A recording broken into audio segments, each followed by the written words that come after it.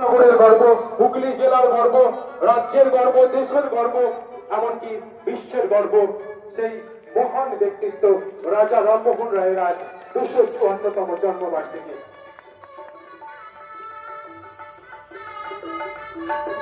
এরপরে আমরা রাজা রামমোহন রায়ের মর্মর বেদিতে মাল্যদান করব এবং পুষ্প দিয়ে শ্রদ্ধা অর্পণ করব। রাজা রামমোহন রায়ের যে আবক্ষ মূর্তি মেমোরিয়ালের সামনে রয়েছে, আবক্ষ মূর্তিতে মাল্যদান করবেন খানাকুল উত্তর পূর্বাঞ্চলীয় শরীর সমারোহ কমিটির সভাপতি সম্মাননীয় গঙ্গাধর জানা মহাশয়।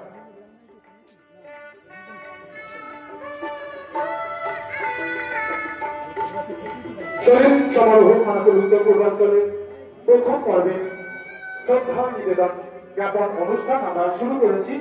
দ্বিতীয় পর্বে যে সমস্ত অনুষ্ঠানগুলি আছে তারপরে আমরা সেই অনুষ্ঠান শুরু করব।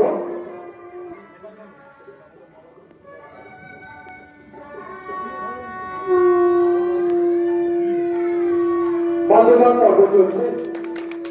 আবক্ষ মূর্তি বর্মন মূর্তিতে মাল্যদান করছেন খানাকুল উত্তর পূর্বাঞ্চলীয় শরীর সমারোহ উৎসব কমিটির সভাপতি সম্মাননীয় গঙ্গাধর জানা মহাশয় এবং বাকিরা আপনারা চাইলে পুষ্পস্তবক দিয়ে ওনাকে সবিশেষ শ্রদ্ধা নিবেদন করতে পারেন। আজ তার জন্মদিন।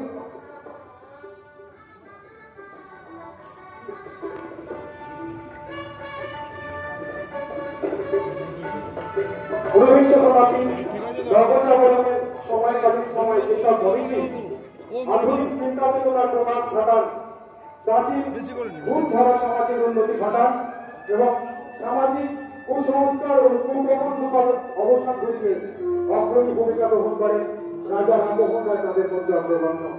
ভারতীয় নবজাগরণের অগ্রদূত যাকে বলা হয়, তিনি ভারতের প্রথম আধুনিক মানুষ।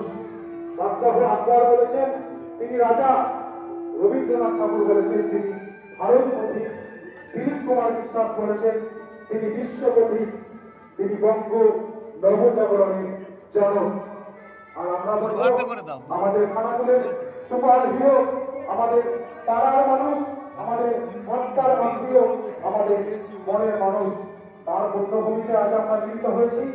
তাকে স্মরণ করবো বলে, তার পুণ্য মাটিতে আমরা পদার্পণ করেছি, তার জন্মদিন পালন করবো বলে শ্রদ্ধা জানাবো বলে। মাল্যদান এবং পুষ্পার্ঘ্য নিবেদনের পর আমরা আমাদের তৃতীয় পর্বে অনুষ্ঠান রামমোহন চর্চা, সঙ্গীত, আলোচনা, আবৃত্তি, নৃত্য ও শ্রুতি নাটকের মধ্য দিয়ে এই অনুষ্ঠান করব।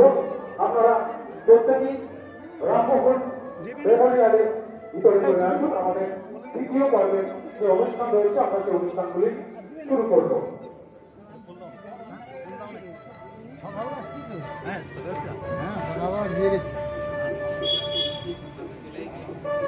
আমরা সাথে পেয়ে গেছি রাজা রামমোহন রায়ের আদর্শ উত্তরসূরি এবং বিশিষ্ট চিত্রশিল্পী মাননীয় রজত মোহন রায় মহাশয়কে। ওনাকে রামমোহন মেমোরিয়ালে বিশেষভাবে স্বাগত জানাই।